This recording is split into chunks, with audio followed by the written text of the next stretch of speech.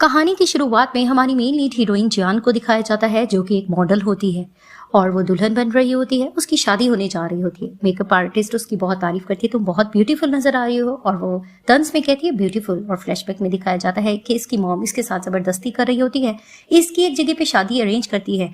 वो वहां पर इंटरेस्टेड नहीं होती। वो साफ कहती है कि उस पर्सन को मैं एक बार मिली थी, प्यार कैसे हो पाएगा। तो वो कहती है कि प्यार तो कभी भी हो जाता है। वो बहुत ज्यादा फोर्स करती है और ब्लैकमेल भी करती है कि ठीक है, अगर तुम इस शादी के लिए नहीं मान रही हो तो मैं छलांग लगा के अपनी जान ले लूंगी। तो वो अपनी मॉम की ब्लैकमेलिंग में आ जाती है और इस शादी के लिए मान लेती है और सोचती है कि मैं अपनी मॉम की सिर्फ पपेट ही हूँ। जैसा उन्होंने मुझे कहा मैंने हमेशा वैसी ही जिंदगी गुजारी।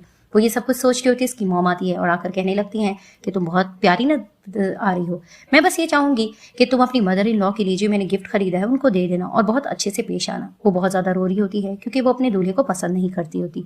सीन शिफ्ट होता है, उसके दूल्हे को दिखाया जाता है जिसका नाम डेजू है, जो कि बहुत मोटा सा होता है और उसको बोलने की भी तमीज नहीं होती है। अब उसके फ्रेंड उसकी किस्मत पर रश कर रहे होते हैं कि तुम्हारी तो मॉडल से शादी होने जा रही है, और वो भी बहुत ज्यादा खुश हो रहा होता है कि इतनी प्यारी दुल्हन मेरी बन रही है। इस चीज को लेकर डिस्कशन चलती है। उसकी मॉम आ जाती है और ये मम्मी डैडी बॉय होता है। वो जैसे आती है उसको टोक रही होती है कि ये तुमने कैसा ड्रेस पहना है, तुमने सॉक्स भी किस तरह से पहने, अंडरवियर भी नजर आ रही है। तो उनको थप्पड़ वगैरह लगाती हैं और कहती हैं कि जाकर इसको चेंज कर लो, ये तुमने कैसा ड्रेस पहना है। वो अंदर जाता है, ड्रेस वगैरह चेंज करने लग जाता है। सीन शिफ्ट होता है। इस ड्रामे के मेन लीड हीरो मिस्टर चेंगफेंग को दिखाया जाता है। उनकी भी शादी होने जा रही होती है और उनका असिस्टेंट उनको बता रहा होता है कि आपकी शादी होने जा रही है, आप खुश क्यों नहीं हो। तो वो उसको कहने लगता है कि पता नहीं मैं अपनी शादी का फैसला क्यों नहीं खुद कर पाया हूँ, मेरे डैड मेरे साथ जबरदस्ती क्यों कर रहे हैं, मुझे तो उस लड़की में इंटरेस्ट नहीं, मैं पहली बार मिला था वो बहुत अजीब सी थी। और फ्लैशबैक में इनकी पहली मीटिंग भी दिखा रहे होते हैं। जिस लड़की से शादी करने जा रहा होता है उसका नाम जैंग होता है और उसको भी तमीज नहीं होती बात करने की। वो थूके वगैरह भी फेंक रही होती है, जिसको सोचकर याद करके वो अपने असिस्टेंट से यही डिस्कस कर रहा होता है कि उसको तो बोलने की भी तमीज नहीं है और मेरी शादी कैसे होने जा रही है। तभी फिर उसका असिस्टेंट कहने लगता है कि आपको फिक्र करने की जरूरत नहीं है, कुछ टाइम तक हम लीजिंग विला पहुंच जाएंगे और वहां पर आपकी शादी होगी। जिसे सुनते ही उसको याद आता है कि उसके फादर से इस चीज को लेकर जब बहस चलती है, वो इनकार करता है तो उसके फादर उसको जोर से थप्पड़ मारते हैं और कहने लगते हैं कि तुम्हें मेरी मर्जी के मुताबिक शादी करना होगी, मैं तुम्हारा बाप हूं कि तुम मेरे बाप हो। इस चीज को लेकर बहुत ज्यादा बहस बढ़ती है। वो अपने सारे एहसान गिनवाते हैं, जिसको लेकर वो रेडी हो जाता है कि ठीक है मैं शादी करने के लिए तैयार हूँ। वो जैसे ही जाता है लीजिंग विला के करीब, वो उतरता है तो वहां पर डेजू भी आता है, जिसे देखकर उसके फ्रेंड्स वगैरह खुश हो रहे थे कि लगता है कि ये भी दूल्हा है, आज इसकी भी शादी हो रही है। और वो आकर कहता है कि तुम कितने हैंडसम हो, तुम्हारी भी शादी होने जा रही है। वो यह कहकर अंदर चला जाता है। दूसरी तरफ से दिखाते हैं कि बहुत ज्यादा हंगामा कर रही होती है जैंग, को गुस्से की बहुत तेज होती है। उसको कहा जा रहा होता है कि आपको फेस को कवर करना होगा। इस चीज को लेकर वो बहस कर रही होती है। सामने से दिखाते हैं कि जैसी जियांग आती है वो उसको देखती है और कहने लगती है कि तुमने तो हूबहू मेरे जैसा ड्रेस पहना है। तो वो कहती है क्या हुआ। वो उसको मुंह तोड़ जवाब देकर वहां से चली जाती है और बहुत ज्यादा गुस्सा कर रही होती है। तो उसकी असिस्टेंट कहने लगती है कि आपको पहनना होगा, लेकिन वो नहीं पहन रही होती, वो अपना फेस कवर नहीं कर रही होती। दूसरी तरफ से जांग की असिस्टेंट भी उसको कहने लगती है कि आपको अपना फेस जरूर कवर करना होगा क्योंकि आज आप दुल्हन बनी हुई है। वो उसका फेस कवर करती है और उसको लेकर आ जाती है। अब जैसे ही वो लोग वहां पर आते हैं, वो लोग बैठा हुआ देखते हैं जैंग को और कहने लगते हैं कि बड़ा कोइंसिडेंस, इन दोनों का तो ड्रेस वगैरह भी सेम लग रहा है। और उसी की असिस्टेंट कहती है कि आपको फेस कवर करना होगा।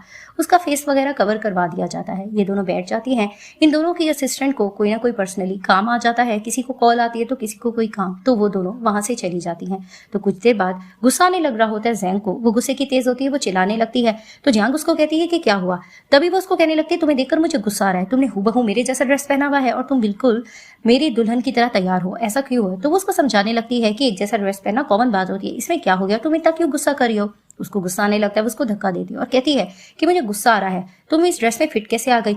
तो उसको जांग कहने लगती है कि मोटी तो तुम नजर आ रही हो, ये तुम कैसे कह रही हो। बहस चलने लगती है तो बताया जाता है कि आप लोगों के दूल्हे आ रहे हैं। दोनों अपने फेस को कवर कर लेती हैं और फिर से बहस कर रही होती हैं। वहां पर बहस करते करते इन दोनों की धक्का-धुक्की होती है और दोनों की सीट्स चेंज हो जाती है। जियांग जैंग की जगह पे बैठती है और जैंग जियांग की जगह पर बैठ जाती है। जैसे ही दिखाते हैं कि जैंग की असिस्टेंट आती है तो वो उससे बात करने लग रही होती है। तो वो कहती है कि इसकी आवाज तो किसी और जैसी लग रही है और वहां पर ही वो उसके दूल्हे को बुला लेती है। उसको लगने लगता है यहाँ पर जियांग बैठी हुई है। तो जैसे ही वो आता है उसका दूल्हा, तो वो हंस रहा होता है और उसको फूलों की बुके देकर प्रपोज कर रहा होता है और उसको कहने लगता है कि तुम मेरी वाइफ बनने जा रही हो। जैसे वो बात कर रहा होता है तो वो भी हैरान हो रही होती है कि ये पर्सन तो मुझे डिसेंट लगा था, लेकिन जो बात कर रहा है वो मुझे बिल्कुल भी डिसेंट नहीं लग रहा है। खैर, इसमें क्या हो गया, शायद वो एक्साइटेड होगा। वो वहां पर ही उठती है और उसके साथ दुल्हन बनकर चली जाती है, लेकिन वो दुल्हन तो बेसिकली किसी और की होती है। अब वो जैसी उसके साथ जाती है, दूसरी तरफ से हमारे main lead hero Chang Feng आते हैं। वो जैसे ही आते हैं तो वहां पर ही यांग की भी असिस्टेंट आकर कहने लगती है कि आई एम सॉरी, हमें आने में देर हो गई। उनको लग रहा होता है कि ये जैंग बैठी हुई है, तो वो कहती है इट्स ओके। तभी वो कहती है कि वाओ, आपका दूल्हा कितना हैंडसम है, कितना अच्छा लग रहा है। तो उसको याद आता है फ्लैशबैक में कि उसका दूल्हा बिल्कुल भी हैंडसम नहीं था, वो तो मोटा ताजा था और बात करने की तमीज नहीं थी। तभी वो मन में सोचती है ये मेरा फेट है, मुझे इसको कबूल कर लेना चाहिए। वो जैसे ही आता है दूल्हा, वो भी इसके बारे में सोच रहा होता है कि वो लड़की तो बदतमीज थी और इससे मेरी शादी होने जा रही है। तभी फिर वो उसको कहता है कि चलो हमें चलना होगा। वो उसके साथ चलने लगती है। वहां पर ही वो जा रही होती है तो वो मन में सोचता है कि मैंने अपनी हार मान ली है, अब इसी को मैं अपना नसीब समझूंगा। पहली बार मैं इससे मिला था, मुझे पसंद तो नहीं आई, लेकिन इसके साथ मुझे कंटिन्यू तो करना है। तो वो उसको लेकर वहां से चला जाता है। सीन शिफ्ट होता है कार में। डेजू बहुत ज्यादा एक्साइटेड बैठा होता है। जैंग को गर्मी लग रही होती है और वो उसको कहने लगता है कि मैं बहुत ज्यादा एक्साइटेड हूँ, मेरी मॉम ने हमारे लिए एक विला अरेंज किया है, तुम वहां पर बहुत हैप्पी रहोगी। उसको कीस देने लग रहा होता है और वो बहुत गुस्सा करने लग रही होती है कि मुझे गर्मी लग रही है, तुम ऐसी बातें कर रहे हो। तो वो हैरान हो रहा था कि फर्स्ट टाइम जब मैं इससे मिला था तो ये तो बहुत दिल की साफ थी और ये अब इतना ज्यादा गुस्सा क्यों करी है। दूसरी तरफ से कार में दिखाते हैं कि चैंग फेंग भी बैठा होता है, इसके साथ जियान बैठी होती है और वो उसको कहने लगता है कि मुझे पता है हमारी शादी जबरदस्ती करने जा रहे हैं हमारे पेरेंट्स, तुम इस चीज को लेकर हैप्पी नहीं हो, लेकिन हम अपनी जिंदगी आगे अच्छे गुजार सकते हैं।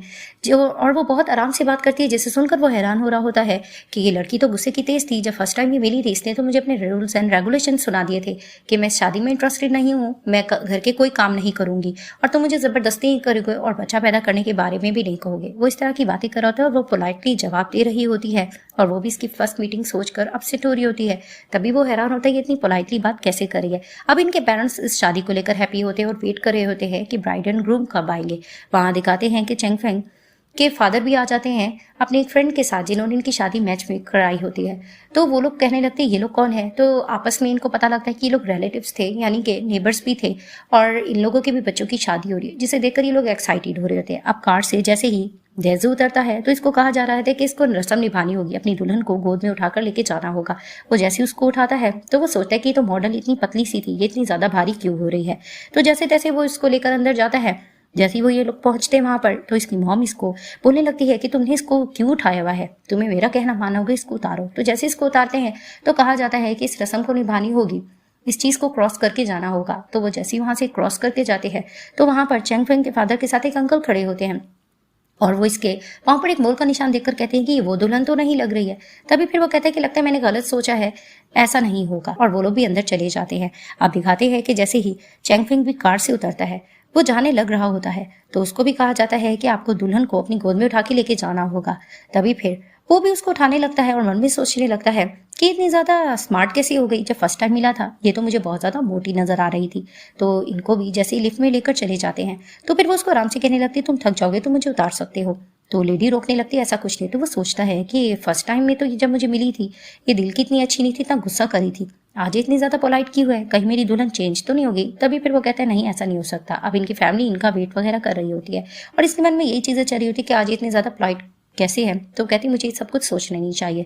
इसको भी कहा जा रहा होता है कि तुम्हें ये रस्म निभानी होगी, तुम्हें भी इस चीज को क्रॉस करके जाना होगा। और अंकल इसको एडवाइसेस भी कर रहे होते हैं। तो वो जैसे अपनी दुल्हन को वहां से लेके जाता है और उसकी लेग्स इतनी अच्छी लग रही होती है कि देखकर सब लोग वायो कर रहे होते हैं और देखकर थोड़ा सा चैंग फेंग भी हैरान होता है कि इतनी ज्यादा स्मार्ट कैसे हो गई है। अब वो मैच मेकर यही सोच रही होती है कि पीछे से ये वो वाली दुल्हन तो नहीं लग रही है। तो उसके फ्रेंड कहते हैं कि क्या हुआ। तो उसको कहते हैं कुछ भी नहीं है, बस मैं कुछ ज्यादा ही सोच रहा हूँ। तो दिखाते हैं कि ये लोग अंदर चले जाते हैं। अब सब लोग आपस में गपशप कर रहे होते हैं और डेजू के फ्रेंड्स नियत के कुछ अच्छे नहीं होते। वो जानबूझकर उसको ड्रिंक पिला रहे होते हैं और जेलस भी हो रहे होते हैं कि इसकी मॉडल वाइफ कैसे हो सकती है। और बातों बातों में कहने लगते हैं कि तुम्हारे साथ आज हमें भी मौज मस्ती करनी है। लेकिन वो उसको कहने लगता है कि तुम क्या बातें कर रहे हो। जानबूझकर वो उसको ड्रिंक वगैरह पिला रहे होते और कहते हैं कि तुम्हारे साथ हम भी मौज मस्ती करेंगे, तुम्हें देखकर हमें बहुत ज्यादा अच्छा लग रहा है।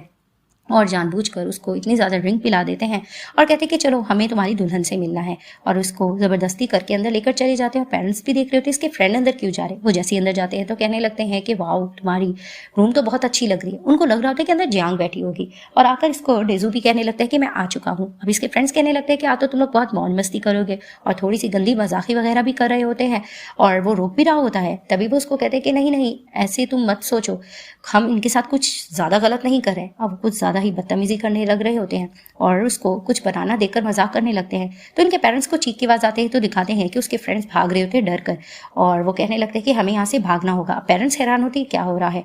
अब अंदर होती तो जैंग है, सबको लगता है जियांग है, और वो बहुत ज़्यादा गुस्सा किए जा रही होती है कि मेरे साथ कभी किसी ने इतना गंदा मजाक नहीं किया, मैं तुम लोगों को छोड़ूंगी नहीं, मेरे साथ आखिर ऐसा क्यों क्या है। वो बहुत ज़्यादा चिल्ला रही होती है। पीछे से डेजो देख के भी हैरान हो रहा होता है कि फर्स्ट टाइम जब मैं इसे मिला था कितनी ज़्यादा पोलाइट थी, लेकिन ये तो बहुत ज़्यादा गुस्से की तेज़ है। वो बहुत ज़्यादा गुस्सा कर रही होती है और अंदर चली जाती है। दूसरी तरफ से दिखाते हैं कि चैंगफेंग भी अपने फ्रेंड्स के साथ खड़ा होता है। सब लोग उसको कांग्रेचुलेशन कर रहे होते हैं और पीछे की तरफ से कुछ लोग गॉसिप्स कर रहे होते हैं कि जियांग तो मॉडल थी, हमने नहीं सोचा था कि वो गुस्से की इतनी ज़्यादा तेज़ है, सुना है कि आज के दिन में भी वो बहुत ज़्यादा गुस्सा कर रही थी।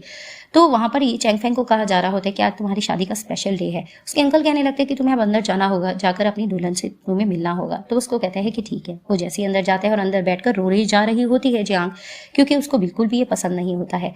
वो जैसे इसके पास आता है वो पीछे फोटो फ्रेम देखता है और उसको कहने लगता है क्योंकि अब हमारी शादी होने जा रही है तो जो कंडीशंस तुमने कही थी मैं उसको एक्सेप्ट करता हूँ। तो वो सोचने लगती कि मैंने इसको कौन सी कंडीशन कही थी।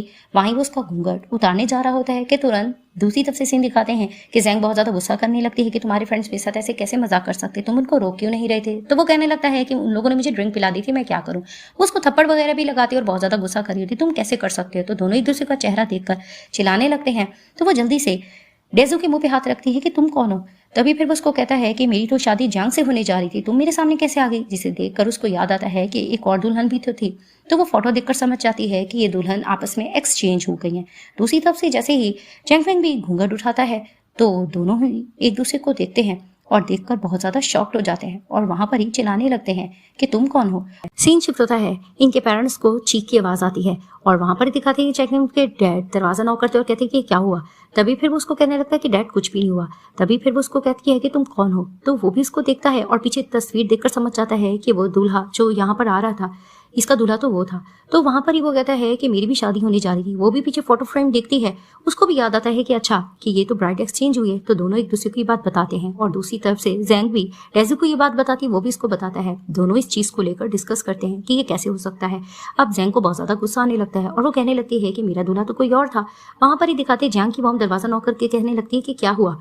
तभी फिर वो नाटक करके इशारा करती है डेजू को कि तुम बोलो कि सब कुछ ठीक है। तभी वो कहता है सब कुछ ठीक है। वो वहां से चली जाती है और उसको टॉर्चर करके कहने लगती है कि तुम मेरे दूल्हे कैसे बन सकते हो, क्या तुम अंधे थे, तुम मुझे लाते वक्त ये सब कुछ तुमने देखा नहीं। और उसको याद आता है कि इसके फ्रेंड्स ने भी इसके साथ कैसे बदतमीजी की थी। उसको टॉर्चर करने लगती है और जोर जोर से मारने लगती है। तभी फिर वो उसको इतने थप्पड़ मारी होती है, वो सॉरी भी करा होता है। तो वो उसको कहने लगती है कि तुम इतने अंधे कैसे हो सकते हो, एक स्टूपिड आदमी के साथ मेरी शादी कैसे हो सकती है। अब वो उसको टॉर्चर भी कर रही होती है। तो वहां पर ही उसकी मॉम को आवाज आती है, वो कहने लगती है कि क्या हुआ।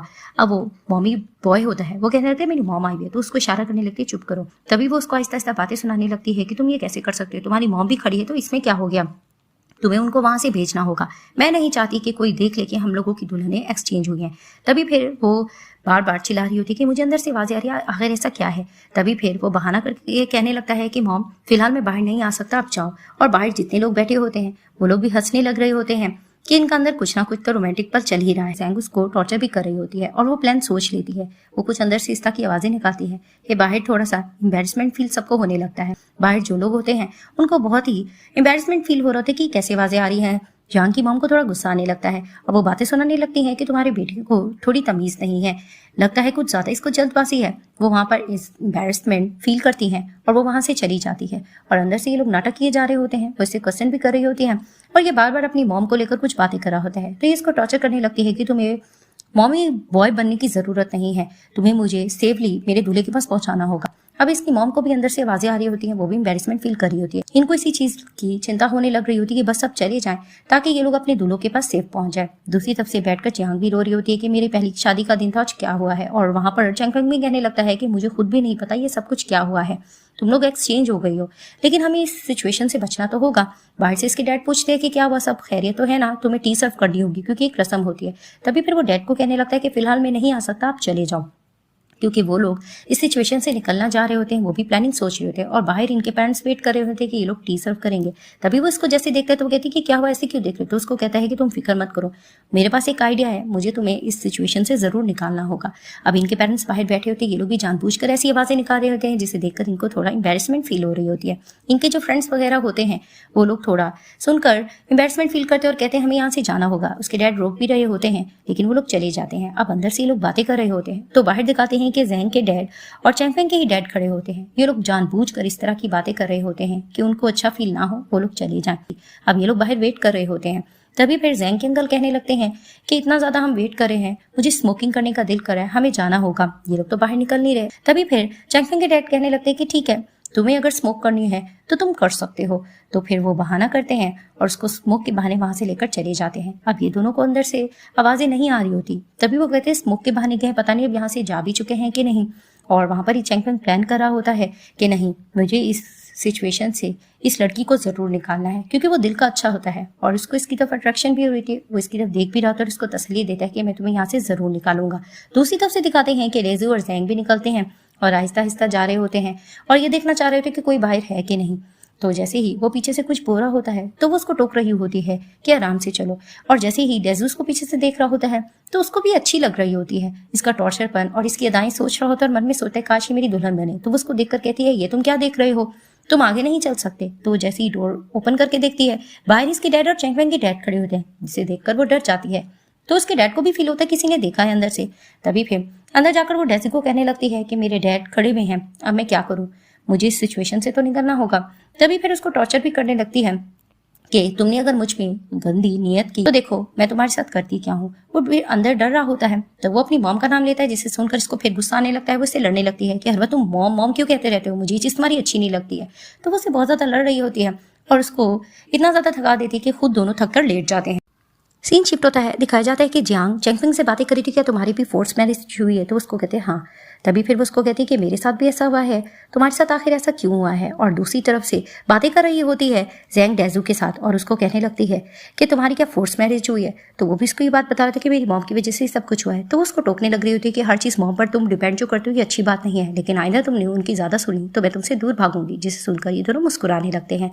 अब चैंगफेंग और ज़ैंग के डैड बाहर इनका वेट कर रहे होते हैं कि लोग टी सर्व करने के लिए क्यों आए। वो बहुत ज़्यादा थक भी जाते हैं और कहने लगते हैं हमें रेस्ट करने की ज़रूरत है, इन्होंने बहुत टाइम ले लिया है। वो दोबारा से आकर दरवाज़ा नॉक भी करते हैं लेकिन चैंगफेंग उनको मना करने लगता है कि नहीं, फिलहाल हम बिजी हैं। तो दोनों एम्बेरसमेंट फील करते कि 3 घंटे गुजर गए हैं, अभी तक इन लोगों ने टी सर्व क्यों नहीं किया है। ये तो गलत बात है, इनको तो आना चाहिए कि रस्म निभानी चाहिए। इस चीज़ को लेकर इनकी कन्वर्सेशन चल रही होती है और इनको यही होता है कि बस ये लोग बाहर आकर टी वगैरह सर्व करें। दूसरी तरफ से ये दोनों कहते हैं कि कुछ खामोशी हो गई है, पता नहीं अभी तक गए भी है कि नहीं। तभी फिर वो उसको कहने लगता है कि हाँ ये तो नहीं मुझे पता वो गए हैं कि नहीं। और वो स्टडी की बात करता है जिसे सुनकर वो भी कहने लगती है जो स्टडी तुमने की वही मैंने की। तो दोनों मुस्कुराने लगते हैं। तो उसको कहता है ये तो बहुत अच्छी बात है, अगर आगे हम दोनों मिलकर काम करें तो अच्छा होगा। लेकिन वो भूल जाता है कि ये तो उसकी दुल्हन नहीं है। तभी फिर वो सॉरी करने लगता है और उसको भी चैंगफेंग के साथ टाइम स्पेंड करके अच्छा लग रहा होता है। तभी फिर वो सिस्ता की बातें कर रहा होता है, गपशप कर रहा होता है, तो उसको इसकी कंपनी बहुत ज़्यादा अच्छी लगती है, वो मुस्कुरा रही होती है। दूसरी तरफ से यही बात डेज़ू भी कर रहा होता है ज़ैंग को कि तुम इतना ज़्यादा गुस्सा करती हो इस वजह से ना कि तुम्हारे डैड तुम्हें टाइम नहीं देते थे। तो वो उसको कहती कि हाँ मैं इसी वजह से ज़्यादा गुस्सा करती हूँ। तो वो कहता मेरा केस कुछ और है, मेरी मॉम तो हर वक्त मुझ पर डिपेंड करती हैं और जैसा वो कहती थी मैंने वैसा ही किया। तभी फिर से उसकी ये बात सुनकर वो उसको टोकने लगती है कि तुम्हारी मॉम की हर वक्त तुम बात मत सुना करो, तुम बड़े हो गए हो, कल को वो तुम्हें बेबी के बारे में भी कहेंगी तो तुम्हें ये करने की ज़रूरत नहीं है, तुम्हें अपने फैसले खुद लेने होंगे। वहाँ पर ये दोनों को भी इंट्रैक्शन हो रही होती है और दोनों बहुत ज़्यादा मुस्कुराने लग रहे होते हैं। सीन शिफ्ट होता है, रात हो चुकी होती है। ये दोनों यही बातें कर रहे होते हैं कि अभी तक ये लोग बाहर बैठे हुए हैं, हमें अब जाकर देख लेना चाहिए, मुझे अपने दूल्हे के पास वापस जाना चाहिए। तभी फिर वो उसको कहती है तुम जाकर पहले देखो। वो उसको कहते हैं कि हाँ तुम बिल्कुल ठीक कह रही हो, मुझे जाके देखना होगा। और दूसरी तरफ से डेज़ू और ज़ैंग भी देख रहे होते हैं कि रात हो गई है, शायद ये लोग जा चुके होंगे, देखते हैं। तो ये दोनों जैसे ही डोर ओपन करते हैं दोनों एक दूसरे को देखते हैं। तो डेज़ू कहने लगता है कि सुबह में मैंने तुम्हें देखा था, तुम तो वही हो ना। तभी फिर दोनों कुछ एक दूसरे को कहना चाह रहे होते हैं तो उसको चैंगफेंग कहता है तुम पहले कहो। यानी वो यही चाह रहे होते हैं कि इनकी दुल्हनें जो एक्सचेंज हुए वो बिल्कुल ठीक है। लेकिन वहाँ पर जैसे ही जियांग और ज़ैंग आती हैं तो उन दोनों का भी बिल्कुल भी मन नहीं हो रहा होता है कि ये लोग एक्सचेंज होकर जाए। दोनों एक दूसरे को बाय करती हैं तो ये दोनों मौके का फ़ायदा उठाकर एक्सचेंज हो जाती हैं क्योंकि इनके पेरेंट्स जा चुके होते हैं। लेकिन वहाँ पर ही इनका दिल बहुत ज़्यादा घट रहा होता है क्योंकि ये दोनों कपल्स की आपस में कुछ देर की बातों में ही अंडरस्टैंडिंग हो चुकी होती है। तभी वो लोग कहते हैं कि हम लोग नेबर्स हैं, एक दूसरे का ध्यान रखेंगे। वहाँ पर ही वो लोग बाय करते हैं और ये लोग वहाँ से चले जाते हैं। अब रात का टाइम होता है।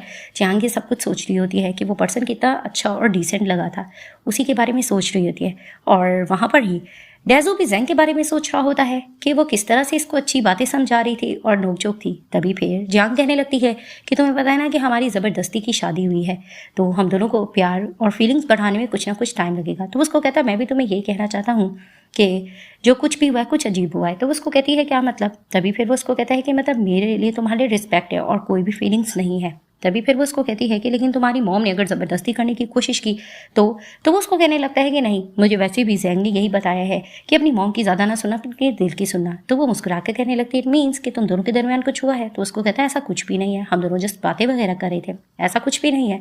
तुम बताओ तुम्हारा कुछ हुआ है चैंगफेंग के साथ? उसको कहने लगती है कि जी नहीं, ऐसा कुछ भी नहीं हुआ है।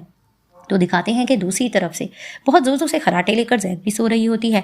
चैंगफेंग उसको देखते ही देखता है तो उसको बेचैनी सी होने लग रही होती है। वो अपने कानों पे हाथ दे देता है क्योंकि उसको नींद बिल्कुल भी नहीं आ रही होती है।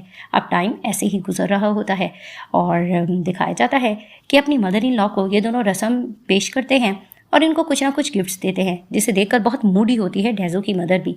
और वहाँ पर ही जियांग अपनी रूटीन के बारे में बता रही होती है कि किस तरह से वो इनके घर में बहू बन के सारा दिन काम करती रहती है और ये लोग बेफिक्र होकर कुछ भी नहीं करते हैं। और वैसे भी निकम्मा सा होता है डेजो भी, वो सफाई वगैरह भी करती है लेकिन किस तरह से वो घर को गंदा कर रहा होता है। वो ये सारी चीज़ें सोच रही होती है और बहुत ज़्यादा अपसेट जा रही होती है क्योंकि दिन गुजरते जा रहे होते हैं। वो घर की मेड बन के काम कर रही होती है, कुछ भी बनाती है जाके सर्व करती है तो उसकी मदर इन लॉ उसको टोकने लगती है कि पहले मेरे बेटे को दो और तुम बाद में खाना। अब वो घर की सफाइयाँ कर रही होती है और मेड बनकर सारा दिन काम कर रही होती है और इसकी मदर इन लॉ अपने बेटे को बहका रही होती है कि तुम्हारी दुल्हन इतनी खूबसूरत है, तुमने अभी तक बच्चा पैदा क्यों नहीं किया है। वो इस तरह की बातें कर रही होती है। वो टोक भी रहा है उसकी माँ को, लेकिन वो उसको मारने लगती हैं कि मैं जैसा कह रही हूँ तुम्हें वैसा करना होगा, जिसे सोचकर उसको अपनी लाइफ बहुत ज़्यादा गंदी लगने लगती है। दिन ऐसे ही गुजर रहे होते हैं और एक दिन वो सीढ़ियों पर बैठकर रो रही होती है और अपनी मॉम को कॉल करती है और अपनी मदर इन लॉ की जाति को सोच रही होती है कि किस तरह से वो उसको कहती है कि मैं तुम्हें दुल्हन इसलिए बना के लाई कि तुम्हें सारे काम करने होंगे। तो वो उनको मुंह तोड़ जवाब भी देती है। तभी वो उसको थप्पड़ मार देती है कि नहीं, जैसा मैं तुम्हें कह रही हूँ तुम्हें वैसा करना होगा, तुम आखिर इस तरह की बकवासें क्यों कर रही हो। ये सारी चीज़ें सोचकर उसको गुस्सा आने लगता है। वहाँ पर ही सो रहा होता है डेजो, वो उसकी सॉक्स भी उतारने लगती है जिसे देखकर उसको अपनी लाइफ पर और ज़्यादा गुस्सा आ रहा होता है। फिर वो रो रही होती है और रोकर अपनी मॉम को ये सब कुछ कह रही होती है कि मॉम आपके कहने पर मैंने शादी की है लेकिन मुझे अब यहाँ नहीं रहना। सीन शिफ्ट होता है। चैंगफेंग भी बहुत ज़्यादा अपसेट होता है और दूसरी तरफ सीढ़ियों पर बैठकर रो रही होती है। डाइवोर्स की बात कर रहे थे अपनी मॉम से जियांग, तो उसकी मॉम उसको डांटे लगती है कि तुम्हें मैं अलाउ बिल्कुल भी नहीं करूँगी। तो वो कहती है मैं इस शादी से खुश नहीं हूँ। लेकिन उसकी मॉम बहुत ज़्यादा गुस्सा हो रही लगती है कि तुमने उस दिन कितना हमें एम्बेरसमेंट फील करवाया था, तुम ये कैसे कर सकते हो, तुमसे और कौन शादी करेगा। वो उसको बहुत ज़्यादा डांट देती है और ये बहुत ज़्यादा दिल छोड़ती है और बहुत ज़्यादा रोई जा रही होती है क्योंकि वो इस शादी में बिल्कुल भी इंटरेस्टेड नहीं होती है। और दिखाते हैं कि वो वहाँ से उठ के जाने लग रही होती है और अपनी लाइफ के बारे में सोचती है कि इसकी मॉम ने इसको किस तरह से फंसाया था और ये कितना अच्छा लाइफ जीती थी और इस शादी के लिए इसको मना लिया। जैसे ही वो वहाँ से जा रही होती है, दूसरी तरफ लिफ्ट के पास खड़े होकर चैंगफेंग भी पी रहा होता है क्योंकि वो भी अपनी लाइफ में बिल्कुल भी हैप्पी नहीं होता। तो वो जैसे ही रोता हुआ देखता है जियांग को, उसको देखकर कहता है तुम ठीक हो ना। तो वो उसको कहती है कि हाँ। वो वहाँ से जाने लगती है और रुककर सोचने लगती है कि जब ये लोग एक्सचेंज हुए थे तो इसके साथ बातें कर रही थी, तो इसके साथ रहकर इसको कितना अच्छा लगा था। और वहाँ पर ही रोते हुए वो वहाँ से चली जाती है और ये भी अपनी लाइफ के बारे में सोच रहा होता है कि इसकी वाइफ कितनी बदतमीज़ होती है। ये सफाई वगैरह भी करता होता है तो ये थूके मारती है, वो उसको रोकता भी है। तो उसको जोर से थप्पड़ मार के कहती है मेरा घर है, तुम्हें पता है ना तुम मेरे रहमो करम पर पल रहे हो, तुम ये कैसे कर सकते हो। वो उसको कुछ बोलने भी लग रहा होता है लेकिन वो इतना ज़्यादा हंगामा और चिल्लाती होती है जिसे सोचकर उसको अपनी लाइफ बिल्कुल भी अच्छी नहीं लगती और वो यही सोचता है कि मेरी लाइफ कितनी अच्छी थी, मैं कितना अच्छा स्टडी करता था, पढ़ता था और हर चीज़ करके मैंने डैड को दी, लेकिन इसके बावजूद भी उन्होंने मेरे लिए किस तरह की दुल्हन सेलेक्ट की है। जब मैंने इनकार किया तो उन्होंने मुझे मारा पीटा, लेकिन मैं इस तरह की लाइफ बिल्कुल भी डिजर्व नहीं करता हूँ। वो ये सब कुछ सोच लेता है और वो यही प्लान करता है कि उसको बिल्कुल सक्सेसफुल बनना है और किसी के भी रहमो करम पर अब नहीं पलना है। तो ये सोच लेता है। दूसरी तरफ से दिखाते हैं कि खाना वगैरह बना रही होती है और डेजू अपसेट होता है। वो इससे पूछती है कि तुम्हें क्या हुआ, लेकिन उसको पहली नज़र में ज़ेंग पसंद आ चुकी होती है। तो वो उसको बातें सुनाने लग रहा होता है कि तुम्हें पता है कि तुम मेरी पसंद नहीं हो, मैं जिसके साथ एक्सचेंज हुआ था वो मुझे अच्छी लगी थी। तभी फिर वो कहती तुम अपनी मॉम से ही जाकर बात क्यों नहीं करते। तो उसको कहता है कि वो बड़ी है, मैं उनसे ये बात नहीं कर सकता हूँ। इस चीज़ को लेकर इनका डिस्कशन चल रहा होता है। तो वो उसको कहता है कि तुम उसके पास जाकर कुछ बात तो करो। तो वो उसको कहती है कि तुम ये चीज़ें खुद अपनी मॉम से कह दोगे तो हमारी लाइफ का छुटकारा हासिल हो सकता है, तुम आखिर उनसे डरते क्यों हो। इस चीज़ को लेकर वो उसको सुनाने लगता है कि नहीं, मेरी मॉम ने मुझे बर्थ दिया, मैं उनके आगे कैसे नहीं बोल सकता। तो वो उसको बहकाने लग रही होती है कि तुम ये कैसे कह सकते हो, मॉम के आगे तुम क्यों नहीं बोलते। उधर ही उसकी मदर इन लॉ आती है और आकर मारने लगती है कि तुम मेरे बेटे को क्यों बहका रही हो, इस तरह की बातें क्यों करी हो। तभी फिर वो उनको कहने लगती है कि जो सब आपने कहा मैं वैसा कर तो रही हूँ, लेकिन हर वक्त ये आपकी सुनता है। लेकिन वो टिपिकल वुमेन्स की तरह होती है, वो उसको बातें सुनाने लग रही होती है और कहने लगती है कि हमने तुम्हें यहाँ से निकाल दिया, तुम्हें कोई नहीं मिलेगा। तो उसको कहती है ये तो अच्छा रहा है, मुझे यहाँ से चले जाना चाहिए। तभी वो कहती तुम मुझसे जबान लड़ा रही हो। बीच में उनका बेटा टोकने की भी कोशिश करता है, वो उसको भी चुप करा देती है और उसको कहने लगती है कि तुम जो डाइवोर्स की बात कर रही हो, लगता है कि कुछ ना कुछ तो चल रहा है और तुमसे शादी कौन करेगा मेरे बेटे के अलावा। अपने बेटे को भी वो इशारा करती है और वो भी कहने लगता है कि हाँ मेरे अलावा तुमसे कौन शादी करेगा। तो उसको कहती है दूर रहो, ठीक है मैं पैकिंग करने के लिए जा रही हूँ। वो जैसी रूम में जाती है वो ये सोचने लगती है कि मेरी मॉम ने मेरी लाइफ कितनी खराब की, हालांकि मैं कितनी अच्छी जिंदगी जीती थी, लेकिन अब मुझे अपनी आज़ादी चाहिए, मैं यहाँ नहीं रहूंगी।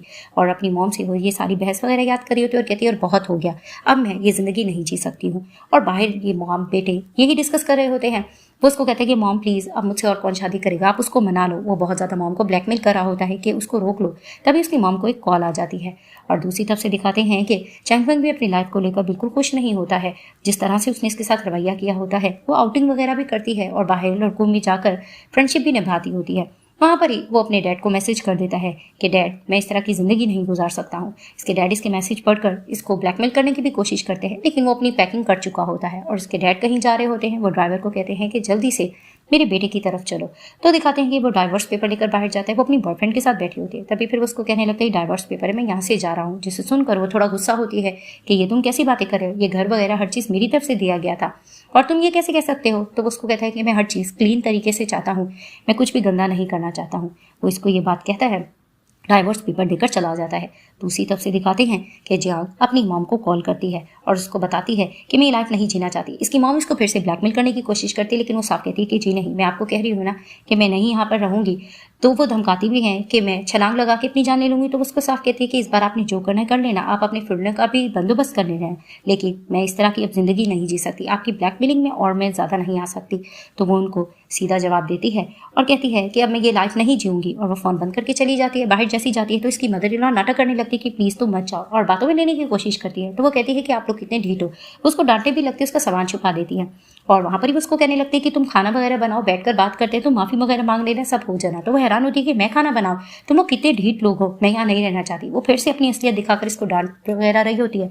तभी फिर इनकी बहस बढ़ जाती है, वो सामान लेने लगती है, इसकी मदर इन लॉ इसको थप्पड़ मारती है। तभी फिर वो भी इनको 2-3 थप्पड़ लगाकर कहती है कि अब मैं पहली जैसी नहीं रही हूँ, आप लोगों को क्या लगता है कि मैं आप लोगों की रहमो करम पर रहूंगी, मैं तो एक हीरोइन थी, मैं अब यहाँ पर नहीं रहना चाहूंगी। तभी फिर वो अपने बेटे को भी डांट रही होती कि मेरे आगे जबान दराजी करे, तुम बोलो, लेकिन वो नहीं बोल रहा होता। तो इनकी बहस कुछ ज़्यादा बढ़ जाती है। वो उनको बातें सुनाती है और वहाँ से ही बाहर निकलती है। जैसे ही बाहर सामान लेकर जाती है, सामने चैंगफेंग होता है, जिसे देखकर कहता है कि तुम यहाँ और तुम्हारा गाल इतना ज़्यादा लाल क्यों हो रहा है। पीछे इसकी मदर इन लॉ आती है और आकर बहसबाजी करने लगती है और अपने बेटे को कहती है इसको रोको ना। वो इसको रोकता है और कहता है तुमने मॉम की बात सुनी तो देखो मैं करता क्या हूँ। वो मारने लगता है तो प्रोटेक्ट करता है चैंगफेंग को, कहने लगता है ये तुम क्या कर रहे हो। तो उसको कहते हैं मेरी मॉम की नहीं सुन रही। तो उसको कहता है कि औरतों पर हाथ नहीं उठाते, मॉम की नहीं सुन रही तो ये क्या बात है। तभी फिर वो मम्मी बच्चा होता है, वो मम्मी की ही बातें कर रहा था और उसकी मॉम भी बीच में कह रही होती है कि ये कौन होता है बीच में बोलने वाला। तो वो बता देता है ये हमारा नेबर है। जिसे सुनकर इसकी मदर इन लॉ ब्लेमिंग करने लगती है कि अच्छा इट मीन्स कि इसका नेबर्स के साथ अफेयर चल रहा था, इस वजह से ये इधर है ना। लेकिन वो इनकी गंदी बातें सुनकर मान चुकी होती है कि अब वो इनके साथ नहीं रहेगी। वो मुंह पर जवाब देती है और वहां से जाती है। ये लोग रोकने भी लगते हैं, लेकिन चैंगफेंग रोक लेता है और वो बाहर निकलती है। जैसे ही निकलती है वो सुख का सांस लेते हैं और रोने लगती है कि मुझे कितनी आज़ादी लग रही है, थैंक गॉड मैं इसकी लाइफ से निकल रही हूँ। सीन शिफ्ट होता है। जान के जाने के बाद चैंगफेंग उसके बारे में सोच रहा था कहीं वो चली ना जाए। अब पीछे डेजू जाने लग रहा होता है तो चैंगफेंग उसको रोकने लगता है। तो वो उसको कहता है कि तुम बीच में क्यों आ रहे हो, तुम नेबर हो, तुम्हें नहीं आना चाहिए बीच में। उसकी मॉम भी बीच में बोल रही होती है, लेकिन वो उनके पास नहीं जाने देता, उनको धक्का देता, अपनी पावर दिखाता है।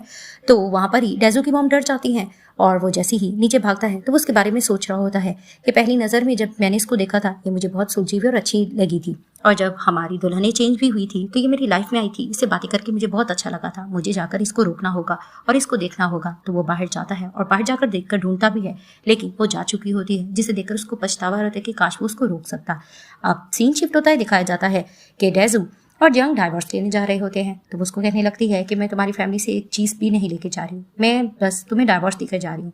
मैं तुम्हें ये बताना चाहती हूँ कि हर बारी अपनी मॉम की मत सुनना। तभी फिर वो उसको देखने लगता है कि किस तरह से ये प्यारी लग रही है, क्योंकि ये मॉडल होती है, जिसे देखकर वो कहने लगता है कि आज के बाद मैं अपनी मॉम की नहीं सुनूंगा, अपनी लाइफ अच्छे से गुजारूंगा। तो वो उसको कहने लगती है कि ये तुम्हारा मसला नहीं है, मेरा मसला नहीं। तो वो कहता क्या मतलब। तो उसको कहने लगती है कुछ लोग मॉमी डैडी बच्चे होते हैं। तो ये मेरा मसला है कि मुझे वैसे लोग अच्छे नहीं लगते, लेकिन काफ़ी लड़के को ये चीज़ अच्छी लगते हैं। मैं तुम्हें ये कहना चाहूँगी इस चीज़ को छोड़कर तुम बहुत अच्छे हो। तो कहता है क्या वाकई? तो उसको कहने लगती है कि हाँ, तुम्हें पता है कि डेज़ू ज़ैंग भी डाइवोर्स लेने जा रही है, अगर तुम उसको अपनी लाइफ में ले सकते हो तुम ले सकते हो। जिसे सुनकर वो कहते हैं क्या वाकई? और वो उसको कहकर चली जाती है कि हाँ वाकई ऐसा ही है। और फ्लैशबैक में दिखाया जाता है कि जब अपनी मॉम से वो ज़ैंग के बारे में बात करता है तो उसकी मॉम उसको बहकाने लगती है कि मुझे वो लड़कियां अच्छी लगती हैं जो घर के काम वगैरह करें और सुलझ के रहें। तो अब तुमने देख लिया है कि ज़ैंग ने काम वगैरह करना छोड़ दिया था, वो किस तरह से बदतमीजी करी थी, तो वो बिल्कुल भी तुम्हारे लायक नहीं है। वो इस तरह की बात करी होती है क्योंकि उनकी छोटी सी सोच होती है, जिसे सोच कर ये बात करके वो चला जाता है। और दूसरी तरफ से दिखाते हैं कि चैंगफेंग को भी दिखाया जा रहा होता है। वो भी कहने लगता है कि देखो सिर्फ तुम थूके वगैरह मत फेंका करो और घर को साफ रखा करो। वो गुस्सा करने लगती है तो उसको कहता है वैसे बाकी तुम बिल्कुल ठीक हो, जिसे सुनकर वो खुश हो जाती है। तभी फिर वो कहता है कि अब मैं आज़ाद हो गया और वो वहाँ से भागता है और वहाँ पर ही ज़ैंग भी अपनी आज़ादी मना रही होती है। वो जैसे ही कार में बैठकर जाती है तो वो देखती है कि ये तो मेरा नेबर जा रहा है, तो वो उसको रोक के कहती है कि कार में तुम आ सकते हो। तो उसको कहता है कि ठीक है, मैं तुम्हें ड्रॉप कर देती हूँ। तो वो बैठ जाता है। तभी फिर वो उसको कहने लगती है कि तुम्हें पता है कि मेरी डाइवोर्स हो गई, वो मेरे काबिल नहीं था। जिसे सुनकर वो भी कहता है कि हाँ, कि वो भी मेरी काबिल नहीं थी। और दोनों को थोड़ा इंट्रैक्शन भी होता है और मुस्कुरा रहे होते हैं। अब जियांग अपनी आज़ादी के पल को जी रही होती है कि किस तरह से अब वो किसी के अंडर काम नहीं कर रही है और किस तरह से वो आउट ऑफ कंट्री भी जाती थी। अब वो अपनी मॉम की भी नहीं सुन रही, ना उसको किसी और की सुननी पड़ी है, ना काम करनी पड़ रही है। और इधर से दिखाते हैं कि चैंगफेंग ने सोच ली होती है कि वो लाइफ अच्छे से गुजारेगा, वो अब्रॉड जाएगा, वहाँ जाकर वो बहुत ज़्यादा बिजनेस करेगा, जो उसको अच्छा लगेगा वो करेगा और वो बहुत बड़ा बिजनेसमैन बनेगा। फाइनली वो चला जाता है, उसको उसका रूम दिखाया जाता है, जिसे देखकर वो ये सोच लेता है कि वो बहुत ज़्यादा मेहनत करेगा और आखिर एक दिन वो बहुत बड़ा आदमी बनेगा। अब वो अपना काम कर रहा होता है, वो बॉटल्स वगैरह का कारोबार करता है और उसको सेल वगैरह करता है और अपना काम बहुत अच्छे से कर रहा होता है। इसी तरह 5 साल का गैप दिखाया जाता है और दिखाते हैं कि फाइनली चैंगफेंग एक बहुत बड़ा बिजनेसमैन बन जाता है, जिसे देखकर उसको बहुत अच्छा लग रहा होता है। और वहाँ पर ही जब उसकी ये लाइफ दिखाई जा रही होती है, वो बार बार जियांग के बारे में भी सोच रहा होता है कि किस तरह से उस दिन गलती से उनकी ब्राइड चेंज हुई थी और वो लड़की कितनी सुलझी हुई नजर आ रही थी। उसके बारे में वो सोचकर यही कहता है कि काश वो मेरी लाइफ में आ जाती, काश वो मुझे मिल जाती। अब वो पता नहीं क्या करी होगी। तभी फिर वो अपने डैड को कॉल करता है। जैसे उसको करता है वो बहुत तन्हा फील कर रहे होते हैं। उन्हें कहता है आप ठीक हो? तो उसको कहते हैं कि हाँ, मुझे तो लगा कि तुम पता नहीं कहाँ चले गए थे। वो उसको बता देता है कि मैं बाहर हूँ, मैं बिजनेसमैन बन गया हूँ। अब इसके बाप बहुत ज़्यादा पछता रहा होता है और उसे सॉरी वगैरह भी करता है कि मुझसे बहुत ज़्यादा गलती हो गई थी, मैंने तुम पे कुछ ज़्यादा ही फोर्स कर दिया था, मुझे ये नहीं करना चाहिए था। उसकी ये बात सुनकर वो भी रोने लगता है क्योंकि वो भी अपने डैड को मिस करता होता है। तभी फिर उसके डैड बातों बातों में बताते कि तुम्हारे जाने के बाद तुम्हें पता है कि डेज़ू और ज़ैंग का अफेयर चल गया था। जिसे सुनकर वो मुस्कुराने लगता है क्या वाकई ऐसे हुआ था? तो उसको कहते कि हाँ ऐसा ही हुआ था, तुम्हें नहीं पता, इनका अफेयर चल गया था, लेकिन उसकी मदर ने बीच में बहुत से पंगा लेने की कोशिश की है और वो दोनों आपस में खुश भी हैं। जिसे सुनकर वो मुस्कुराता है और इस तरह से फ्लैशबैक में उनकी चीज़ें भी दिखाई जा रही होती हैं कि किस तरह से उनका घर चल रहा। सीन शिफ्ट होता है। डेज़ू और ज़ैंग का जैसे ही अफेयर चलता है, दोनों एक दूसरे को पसंद करते हैं। डेज़ू अपनी मॉम से मिलवाने के लिए ज़ैंग को जाता है। उसकी मॉम को ये पसंद नहीं आती क्योंकि गुस्से की तेज़ होती है, वो उनको भी बातें सुनाने लग जाती है और उसी से सफाइयाँ वगैरह कराती है, जिसे देखकर इसकी मॉम को बर्दाश्त नहीं होता। तो वो अपने बेटे को डांटने लगती है कि ये तुम क्या कर रहे हो, तुम्हें काम क्यों करना चाहिए, उसको करना चाहिए। तो वहाँ पर ही वो इनकार कर रहा होता है कि ये मुझे पसंद है, आप मुझे करने दो, मुझे अच्छा लग रहा है। तो वो अपने बेटे को मार रही होती है। वहाँ पर ही प्रोटेक्ट करने के लिए आ जाती है ज़ैंग कि आप अपने बेटे को कैसे मार सकती हैं। उसने वाइपर लिया होता है, वो उल्टा उनसे लड़ने लगती है और उनको मार कुटाई करने लगती है। बीच में डेज़ू बोलते उसको रोक देती कि नहीं, मुझे इसको सीधा करना आता है। तो दिखाते हैं कि वो उन्हीं से काम करवा रही होती है और टोक भी रही होती है कि आपको पता है ना कि मेरे खाने का टाइम है और आप बीच में क्यों आ रही हो। वो उनको टोकबाजी कर रही होती है, जिसे देखकर इसकी मदर इन लॉ का दिल कट रहा होता है और वो मिस करने लग रही थी जियान को कि वो कितनी सुलझी हुई लड़की थी, उससे मैं जो चाहे करवाती थी वो करने को तैयार थी। सीन शिफ्ट होता है। अब दिखाते हैं कि बहुत बड़ी बिजनेस वुमन बन चुकी होती है जियान। वहाँ पर ही उसकी असिस्टेंट उसके साथ जा रही होती है और उसको कहने लगती है कि 2 दिन के अंदर आपकी एक मीटिंग है चैंगफेंग के साथ, वो बहुत बड़ा बिजनेसमैन है। जिसे सुनकर वो थोड़ा सा हैरान हो जाती है कि मैंने नहीं सोचा था कि वो यहाँ पर मुझे मिलेगा। अब वो उसको सारी डिटेल वगैरह बता रही होती है, जिसे सुनकर वो थोड़ा मुस्कुरा भी रही होती है। वो अपने ऑफिस जाती है और वहाँ पर ही पुरानी बातें सोच रही होती है और सोचते सोचते अपनी मॉम को कॉल करती है। जैसे अपनी मॉम को कॉल करती हैं, वो भी इसको बहुत ज़्यादा मिस करती होती हैं और उसे सुनते ही वो रोने लग जाती हैं और वो कहती है कि मैंने सोचा था तुम मुझसे कभी बात नहीं करोगी। और वो भी अपनी मॉम क्या रोना सुनकर रोने लगती है क्योंकि वो भी उनको मिस कर रही होती है। अब उसकी मॉम पुरानी बातें कर रही होती है, वो उसको कहती है भूल जाओ। तो उसकी मॉम को भी अपनी गलती का एहसास हो चुका होता है। वो उससे सॉरी वगैरह भी कर रही होती है कि मेरी इज्जत की वजह से तुम्हारी लाइफ कैसे गुजरी है वो इस तरह की बातें कर कर उसको बहुत ज़्यादा सॉरी फील करवा रही होती है। तभी फिर वो कहती है कि आखिर तुम कब वापस आओगी, मैं तुम्हें मिस कर रही हूँ। तो वो उसको कहती है 2 दिन के अंदर मेरा क्लाइंट के साथ मीटिंग है, तो मैं वापस आ जाऊंगी, जिसे सुनकर उसकी मॉम खुश होती है। और दूसरी तरफ से ये बात चैंग फेंग ने भी अपने डैड को बताई होती है कि मेरी एक मीटिंग है क्लाइंट के साथ, तो 2 दिन बाद मैं वापस आ जाऊंगा। उसके डैड बहुत ज़्यादा खुश होते हैं कि मैं अपने हाथों से बनाऊंगा, तुम्हें जो पसंद है वो मैं तुम्हें देने के लिए तैयार हूँ। जैसे ही वो फ़ोन रखते हैं, वो अपने बेटे की फ़ोटो फ्रेम देखते हैं और उनको वो सारी ज़ाती याद आती है कि किस तरह से उन्होंने उस पर फोर्स वगैरह किया होता है। दूसरी तरफ से इसकी मॉम भी ये बात सुनकर बहुत हैप्पी होती है और कहने लगती हैं कि मैंने तुम्हारे साथ बहुत बुरा किया था। और वो इस तरह की बातें करती है तो वो कहती है पुरानी बातें आप छोड़ जाओ। तो उसको कहती है कि जो तुम्हारी फेवरेट डिश है मैं ज़रूर बनाऊंगी। तो वो कहती है कि हाँ, मैं आपका खाना खाने के लिए तरस चुकी हूँ। आप दिखाते हैं कि मीटिंग में जाने के लिए रेडी हो रही होती है चियांग, और दूसरी तरफ से चैंग फेंग भी रेडी हो रहा होता है। तो जैसे ही ये लोग रेडी होकर वहाँ से जा रहे होते हैं तो असिस्टेंट उसको कहने लगती है कि आप अभी तक सिंगल हो, आपको पता है कि बॉस के बारे में सुना है, वो बहुत हैंडसम है। तो वो उसका नाम सुनकर मुस्कुराने लगती है। अब दूसरी तरफ से चैंग फेंग भी आ रहा था, उसको भी बताया जा रहा होता है कि ये लेडी बॉस है, जिसे देखकर दोनों चौंकते हैं। अब ये उसको देखकर खुश हो रही होती है और इसकी आंखों में आंसू आ जाते हैं। पर चैंग फेंग भी देखकर इसको बहुत ज़्यादा खुश होने लगता है, जिसे देखकर वो कहती है कि बहुत टाइम बाद तुमसे मिली हूँ। अब ये दोनों एक रेस्टोरेंट में बैठे होते हैं और ये लोग कॉफ़ी इंजॉय कर रहे होते हैं। वहाँ पर ही ये दोनों एक दूसरे को देखकर कुछ बोलना चाह रहे होते हैं। तभी फिर वो उससे क्वेश्चन करने लगती है कि तुम ठीक हो ना। उसको कहती है हाँ। तो फिर वो उसको कहती है तुम्हारी एक्स वाइफ के साथ डाइवोर्स क्यों हुआ था। तो वो उसको कहती है कि लंबी स्टोरी है। तभी वो कहती है तुम्हें पता है डेजू कहाँ है। तो उसको कहती है कि नहीं। तो उसको बताता है कि वो मेरी एक्स वाइफ के साथ है, जिसे सुनकर वो हैरान हो जाती है।